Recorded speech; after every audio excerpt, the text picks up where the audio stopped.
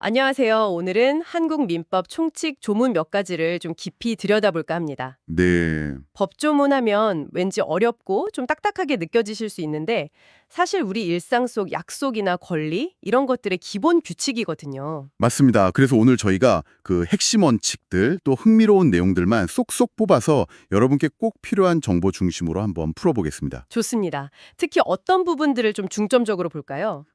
일단 누가 법적으로 유효한 약속, 이걸 이제 법률 행위라고 하는데요.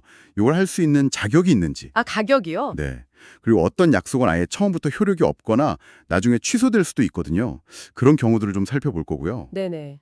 근데 이 모든 관계를 끄뚫는 아주 중요한 원칙이 하나 있어요. 오, 그게 뭔가요? 바로 민법 제2조에 나오는 신의성실의 원칙입니다. 신의성실? 많이 들어본 것 같기도 하고요. 그렇죠. 권리를 행사하거나 의무를 이행할 때는 서로 믿음을 가지고 성실하게 해야 한다. 그리고 자기 권리라고 막 함부로 쓰면 안 된다. 뭐 이런 큰 원칙이에요. 오늘 얘기 나눌 내용들 곳곳에 이 정신이 배어 있다고 보시면 됩니다. 와, 그렇군요. 모든 걸 관통하는 대원칙이라니 흥미로운데요. 그럼 먼저 그 법적인 권리와 의무, 이걸 가질 수 있는 사람은 누구인지 그 기본 자격부터 알아볼까요? 네, 좋습니다. 기본적으로 사람은 살아있는 동안에는 누구나 권리와 의무의 주체가 돼요. 이건 제3조에 나와 있고요. 살아있는 동안 누구나. 네. 그리고 중요한 건 만 19세가 되면 성년이 됩니다. 제4조죠. 이때부터는 다른 사람 도움 없이 혼자서 뭐 예를 들면 계약 같은 법률 행위를 완전히 유효하게 할 수 있게 되는 거예요. 아, 만 19세 성년이 기준이군요. 그럼 만 19세가 안 된 미성년자는요? 요즘 뭐 중고거래 같은 것도 많이 하던데 친구들끼리. 그거 아주 중요한 질문인데요. 미성년자는 원칙적으로 법정 대리인, 보통은 부모님이시죠. 이분들의 동의를 받아야만 유효한 법률 행위를 할 수 있어요. 제5조 1항입니다. 동의가 필수군요. 만약 동의 없이 계약했다면요? 그러면 나중에 그 계약을 법정 대리인이나 미성년자 본인이 취소할 수 있습니다. 이게 제5조 2항인데 미성년자를 보호하기 위한 아주 핵심적인 장치라고 할 수 있죠. 취소할 수 있다. 그럼 뭐 예를 들어 용돈 받아서 편의점에서 과자 하나 사는 거, 이것도 그럼 부모님 동의 받아야 하는 건가요? 그건 좀. 그렇죠. 현실적으로 말이 안 되죠. 그래서 예외가 있습니다. 말씀하신 것처럼 용돈. 이렇게 법정 대리인이 범위를 정해서 이 정도는 네 마음대로 써도 돼 하고 처분을 허락한 재산이 있잖아요. 네네, 용돈 같은 거요? 네. 그 범위 안에서는 혼자서 유효하게 할 수 있습니다. 이게 제6조고요. 또 단순히 이익만 얻는 행위.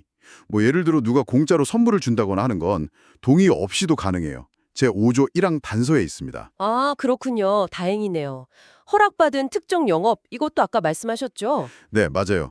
제8조인데 예를 들어 미성년자가 부모님 허락받고 작은 가게를 운영한다면 그 영업에 관한 계약은 혼자 할 수 있다는 거죠.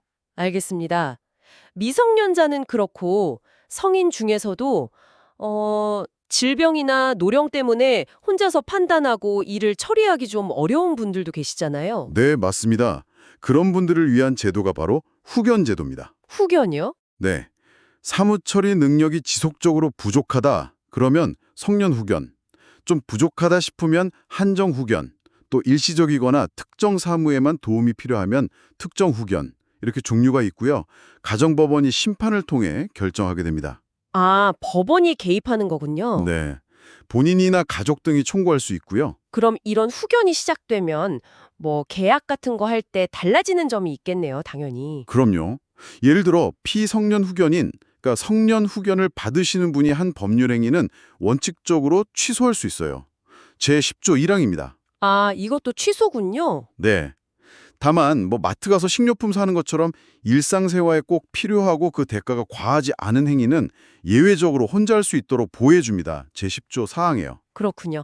그럼 한정 후견은요? 피한정 후견인은 모든 행위가 다 그런 건 아니고요. 법원이 이런 행위를 할 때는 후견인 동의를 받아라 하고 정해준 범위가 있어요. 그 행위를 동의 없이 하면 역시 취소될 수 있는 거죠. 제13조 내용입니다. 스스로를 보호하기 어려운 분들을 위한 안전장치인 셈이에요. 네, 잘 알겠습니다. 누가 유효하게 약속을 할 수 있는지 그 자격에 대해서 이제 좀 정리가 되네요. 네. 그런데 자격이 있는 사람이 약속을 했더라도 그 내용 자체가 좀 문제가 있거나 과정이 이상하면 효력이 달라질 수 있겠죠.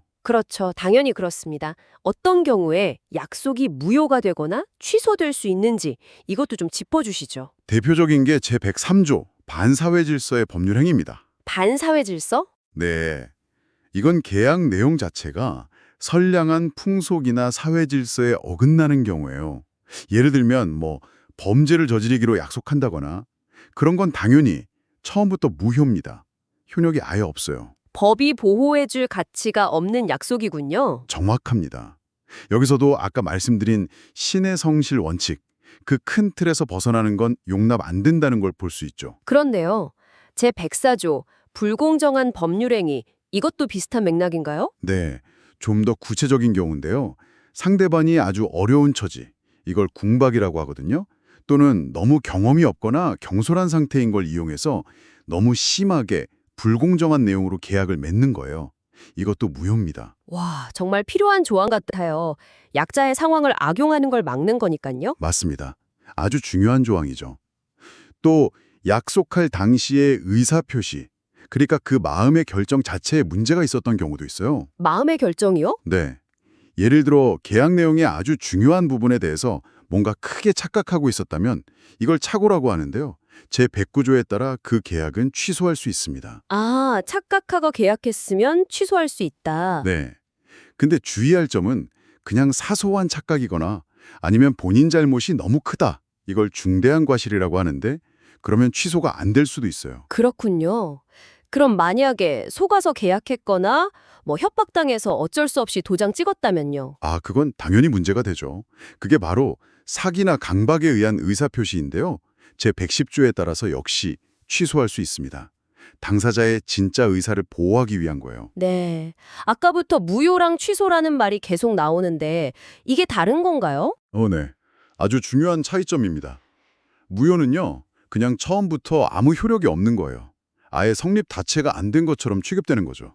처음부터 없는 것. 네. 반면에 취소는 일단 계약은 유효하게 성립했어요. 그런데 문제가 있으니까 취소할 수 있는 권리를 가진 사람이 나 이거 취소할래 라고 주장을 하면 그때 처음부터 무효였던 것처럼 효력이 소급해서 없어지는 겁니다. 아, 일단 유효했다가 취소하면 처음부터 무효로 돌아가는 거군요. 그렇죠. 그리고 이 취소권은 아무 때나 쓸 수 있는 건 아니고요. 법에서 정한 기간 안에 행사해야 해요. 시간이 너무 지나면 못합니다. 제146조의 규정이 있습니다. 기간 제한도 있군요. 알겠습니다. 오늘 이렇게 민법 조문들을 쭉 살펴보니까요. 결국 누가 법적으로 유효한 약속을 할 수 있는지 그 행위 능력을 정하고 네. 또 어떤 약속은 내용 자체가 안 돼서 무효인지 또 당사자의 의사가 왜곡됐을 때 어떻게 취소해서 바로잡을 수 있는지 이런 기준들을 명확히 하려는 노력이 보이네요. 정확하게 보셨습니다. 특히 미성년자나 후견 제도는 보호가 필요한 사람들의 권익을 지키려는 의도가 크고요. 반사회적이거나 불공정한 행위는 아예 효력을 인정 안 하고 착오나 사기, 강박 같은 경우는 당사자를 구제해 주려는 거죠. 네. 그리고 이 모든 것의 바탕에는 역시 아까 강조했던 신의에 따라 성실하게 행동해야 한다는 그 대원칙이 깔려 있는 거고요. 네, 단순히 계약서에 서명만 했다고 다 끝이 아니라는 점, 그 내용, 과정의 공정성, 또 당사자의 진짜 의사, 능력까지 다 중요하다는 걸 기억해야겠네요. 그리고 그 모든 것의 기본에는 신의 성실이 있다. 맞습니다. 자, 마지막으로 청취자 여러분께 생각해 볼 질문 하나 던져드리고 싶습니다. 네, 어떤 걸까요? 법이라는 게 사실 세상 모든 일을 다 미리 완벽하게 규정할 순 없잖아요. 그렇죠. 그래서 민법 제1조를 보면 법률에 규정이 없으면 관습법에 따르고 그것도 없으면 조리에 의하라고 되어 있어요. 이 조리라는 게 뭐냐면 사물의 이치나 합리적인 생각 같은 거거든요. 아, 조리. 네. 그럼 오늘 우리가 계속 이야기 나눴던 그 신의 성실 원칙이 이렇게 법에 명확한 규정이 없을 때 그 조리를 판단하는데 과연 어떤 중요한 기준이나 방향을 제시해 줄 수 있을지 한 번쯤 곱씹어 보시면 어떨까 합니다. 와, 신의 성실 원칙과 조리, 깊이 생각해 볼 만한 질문이네요. 오늘 정말 유익한 시간이었습니다. 감사합니다. 네, 감사합니다.